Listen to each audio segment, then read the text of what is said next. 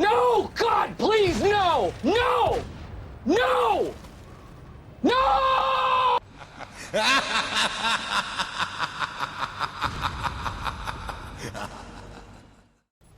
Hi guys, and welcome back to the channel. Today, I've got two replays in the American Tier 8 heavy tank, the Sergeant Slaughter.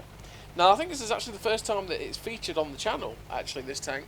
And it's quite surprising. I mean, well, actually, I say it's quite surprising. I have played it quite a bit, but like this game here that is on Prokhorovka, when I was playing with Sins on his stream, is actually the first time I've aced it.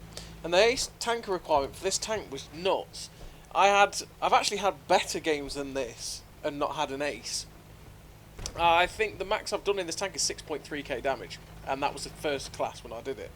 And then I've had games like this one, which were actually second classes. So the ace tanker requirement for this tank was nuts for a very long time. And that is because this tank is very, very good. The clip potential at 1080 is lovely. The accuracy isn't that great, but obviously now with 6.0, accuracy doesn't matter all that much. Also, the reload at, 25 seconds for that 180 clip is also very, very nice. And with the intra-clip reload also being pretty good, it means that you manage to dump rounds really well. And if you're looking at it, it looks like a Tier 8 version of an E5. Well, the hull armour looks like it that way, but it's not quite that kind of armour. The hull armour bounces the odd shot here and there, but it's not exactly reliable. The turret armour is pretty strong, except for it's got a fat cupola on top, which can be buttered. But, you know, it's a pretty good all-rounder, and it's one that I've definitely very much enjoyed.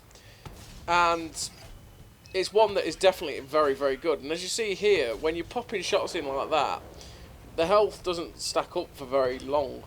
Like on that E4, we just popped 3 shells lovingly straight into his side, and we did just over 1,000 damage. It was really tasty, and that's why this tank is. Now, Sins went into the bowl just after we dropped the clip, which was bad timing because, unfortunately for him, with me having just dropped that clip, he has been YOLO'd by their team, which is really annoying. Now, we're trying to try and save him, or at least do damage to the people YOLOing him. We actually missed one on the Draugen because we auto-aimed. The second one bounced on the LTTB, and the third one finally penned the LTTB. Now, we were unfortunate with that clip, and Sins was really unlucky that they just decided to YOLO him, but they all lost their tanks for YOLOing him. So it's never a good trade to lose your platoon mate, but at the same time, for our team's chances, it's all their team just did a ridiculously bad trade in trading 3 of their tanks for one Tier 8, especially when it's Tier 9. So that's left us in a sticky situation in the fact that we're actually the furthest man forward now on this flank, and it's just like looking back going, wait, there's an Andre the Giant sat at the back. Okay. Artillery is dead now, which is great as well, because that means we can work this ridgeline with impunity. You know, we're not going to be living in fear that we're going to get one-blapped by artillery. And it's quite surprising that someone like the Andre the Giant is sat at the back, because really, he would be really strong on this ridgeline exactly where I am, because, you know, it's a really good tank when it's hull down, and with no artillery to counter it, this would be a great place for it, but it's still sat back there for some reason, because that corner does attract everybody for some reason. Now, that light tank YOLO, just as I started reloading, luckily for me, Jeff Riker, who was also in the platoon with me and Sins, managed to shut down the light tank, so I wasn't getting YOLO'd by him. And we're just now waiting for this reload to go in so that we can try and get some shells into this Conqueror, because this Conqueror is holding up our team on that flank, and I want to get rid of him. So we pop 2 shots in, and he just reacts in time, but then he keeps driving, so he gives us another shot into him, and we shut him down. Now, I'm looking at this way their team's positioned. They've got people down at A6. And I was thinking about possibly going into the bowl to spot down A2, but actually, I'm waiting for this clip to go in, because they're pretty stationary down near their side of the bridge. Then this E4 gets lit up, and it's like, okay, let's see if we can shut him down, but he gets shut down himself. And like I say, there's now these guys down here. I'm going to maneuver myself so that I've kind of got this rock to my left, but actually, really, this is kind of greedy, because they've got people that could probably shoot me quite easily from over there, and as you see, a shell just whiffed me. That was a very risky move what I just did there. I should have really moved further to the right of that rock so I had the cover on my left, so I wasn't going to get shot. And that's pretty much what I'm doing now that I'm reloading. Because I got reloading, I've got time to go and manoeuvre. So I'm actually getting myself into a better position to not get shot from the left and have shots at these guys. So now we're reloaded, we've got lovely side shots into this 268V5, and we're going to hopefully shut him down, and we do. And we tick our damage up to 5,000 damage, 1,400 assistance. Now they've got a medium tank down there in the M46 pattern, and I'm watching him going, am I going to reload before he dies? Probably not. Jeff Riker's currently smashing him. There's that Centurion down there, which is left, and I'm like, okay, I'll keep getting closer, and it's like, well, actually, I might actually have shots from back there, but unfortunately, I don't reload in time, and we win the game, so that's the most important thing, really. So that was a very nice game for the Sergeant Slaughter, and you know, it's a tank that is a hell of a lot of fun. It's a very, very good tank. The unskinned version is on Deal of the Week at the minute, I think, which is the T54E2, and it's definitely worth a pickup. It's a very, very solid tank. I think the Sergeant Slaughter in itself, the WWE version, doesn't actually look that bad. It actually looks like a normal tank. It's just got like the WWE emblem on it, and that's it. But yeah, it's well worth a pickup. To end up with 5k damage, 1,400 assisted, just over 2k base, and a very good game for this tank. And it was, you know, it's a very enjoyable experience playing this tank, especially when you get allowed to basically farm damage on people. Because if you manage to catch someone out and get flanking shots at people, you really, really wreck the day so quickly. And it's definitely good at the surprise attack. But it's got decent pen as well, and that is one thing that helps this tank. In fact, it's got, I think, 225 pen, something like 223 on its standard rounds, which for a tier 8 heavy, well, for a tier 8 in general, that's pretty good. And its premium rounds about 260 something pen as well, which is enough to pen most things in the game if you hit the weak spots, so that's good. So here we're going to try and pop a shot at this T29. Unfortunately, we miss, and we're going to try and reposition now, because we could try and get shots on this Huntsman, and that's what we're praying for. He's tracked up in the open, and unfortunately he gets shut down as we pop our second shot in, so we only get one shot of damage in there. We do have 383 assistance as well, because we were spotting the guys at the back, so we picked up a little bit.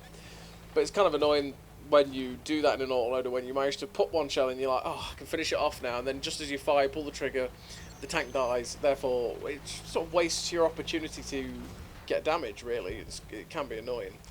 But now I'm reloading, I'm thinking, oh, you know what, let's move up. And then a series of poor shots on that Draugr means that we don't get any damage on him. If we'd just aimed better, we would have had more there, which is sad. But, yeah, wasted potential again. And we're on the full reload. Now, that KV4's a worry on my side. That's why I'm driving this way, just to try and keep myself basically hidden away from the KV4. Give him as little as possible to shoot. But now I'm reloading, I'm thinking, do I go this way and shoot these guys? And it's like, well, there's an SU-130 PM there. It's not exactly what I want to be getting shot by. But I can try and see if I can pop some shots at him. So I'm going to try and manoeuvre my way down this ridge. And it's like, okay, I'm not going to get any shots at them. They're probably going to get an awkward shot at me and be able to pull back. So let's go for this KV4 that's down here. Like I say, I've got the pen. If I hit the lower plate, I can kill it. Or I can pen it anyway. But then we drive around the corner.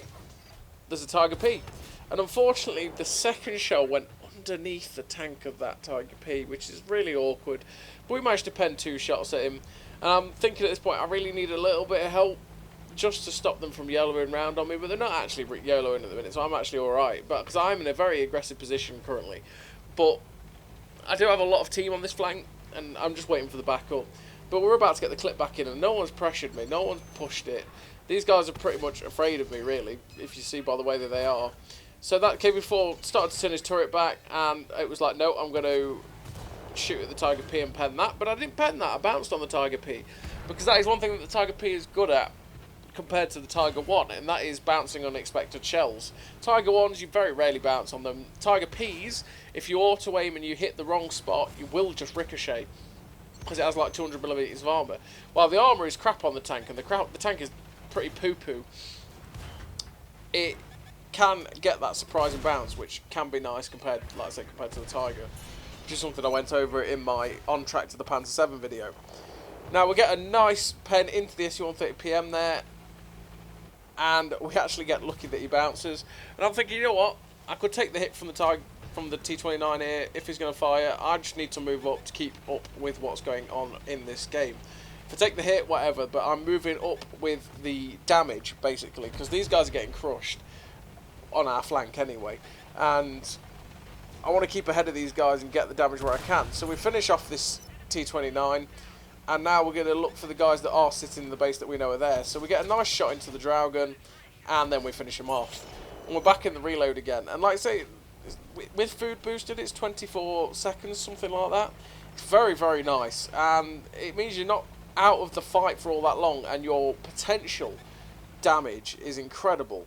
Now, I'm just poking up and keeping these guys spotted, and I'm kind of toying with them a little bit, because I kind of want them to just be like, oh, we can shoot this guy, because by the time I reloaded, I can do that, and I can get a nice shot in. Now, unfortunately, that SU-130 did pen me, and I didn't get a shot into him in return. We kind of rushed the shot before it was fully aimed on the Pantera, so unfortunately we didn't get to finish him off with the second shell, and he penned us, but we do finish him off with the third shell, so that's nice. And now we're in a full reload again, but like I said, it doesn't take very long. And that Shashka again is in our eye line. He's the one that we want, because he's the next one we can possibly shoot. Because all the rest of the heavy tanks are down on the flank. There's still a medium tank and a light tank somewhere. And in fact, there is the medium tank. It's a Panther 2. We get a nice shot into his turret. And we're looking for a shot on this light tank. But actually, I did the thing that always happens in autoloaders, and I didn't notice just now, like I didn't in the actual game. And that is I loaded the one singular AP shell, which is always frustrating when you do it. In my autoloader, you spend all that time reloading that one shell, and yeah. But it means that we're going to get a full clip into this Panther 2, so at the end of the day, this probably wasn't going to happen, but we'll take it. And we pump our damage up to 4.7k damage. And there's one tank left, it's a defender, but he is screwed, and we finish that game and win. So we've got 1600 assistance, 4.7k damage. Again, another very, very nice game for the Sergeant Slaughter, and it is a very, very good tank.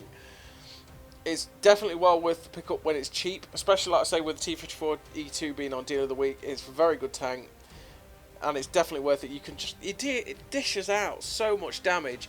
And the one thing that was truly a drawback to the tank, which is the derpy gun, is now not really a factor, because obviously crew skills mean that the derpy gun is null and void.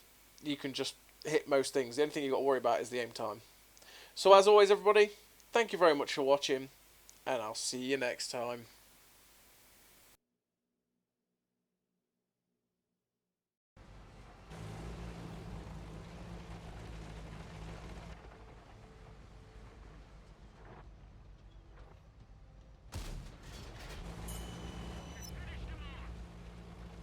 A great success!